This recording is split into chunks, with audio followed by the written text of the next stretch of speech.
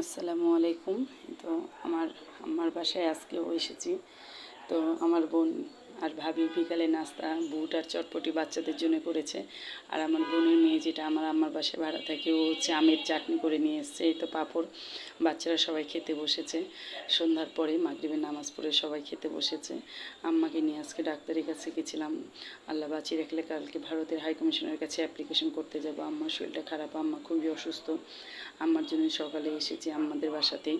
সবাই আমার মায়ের জন্য একটু দোয়া করবেন। তো সকালে বলতে 12টার দিকে এসেছি, আম্মাকে নিয়ে ডাক্তারের কাছে গেছিলাম। আজকে রিপোর্ট করে এসেছি, কালকে রিপোর্ট দিবে।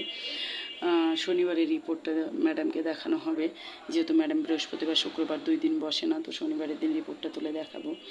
আর বাচ্চারাই তো সবাই আনন্দ করে মজা করে চটপটি বুট ঘুগনি সবাই খাওয়া দাওয়া করতেছে। আর মায়ের জন্য আমার মনটা খুবই খারাপ। মায়ের 6 মাস হয়ে গেল কেমো দেওয়া, আল্লাহর রহমতে 6 মাস ভালোই ছিল আমার মা।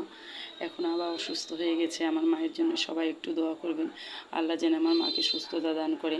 আর আমার মাকে যেন দুনিয়ার বুকে আরও 1000 বছর বাঁচিয়ে রাখে। আমার আম্মার প্রায় 7 বছর হয়ে গেল ক্যান্সার হয়েছে।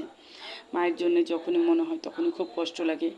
তো এই তো কীভাবে যে সময়টা সারা দিনটা পার হয়ে গেলো টেরই পেলাম না। আর ইভা আমাদেরকে এত সুন্দর চা করে খাওয়ানোর জন্য ইভাকে ধন্যবাদ। ভিডিওর মাঝে যদি কোনো ভুল ত্রুটি হয়ে থাকে একটু ক্ষমার দৃষ্টিতে দেখবেন।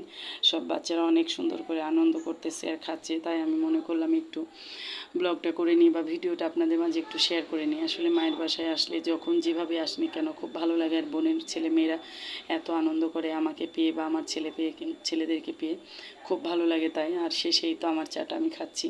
তো সবাই ভালো থাকবেন, সুস্থ থাকবেন, আমার আম্মার জন্য দোয়া করবেন।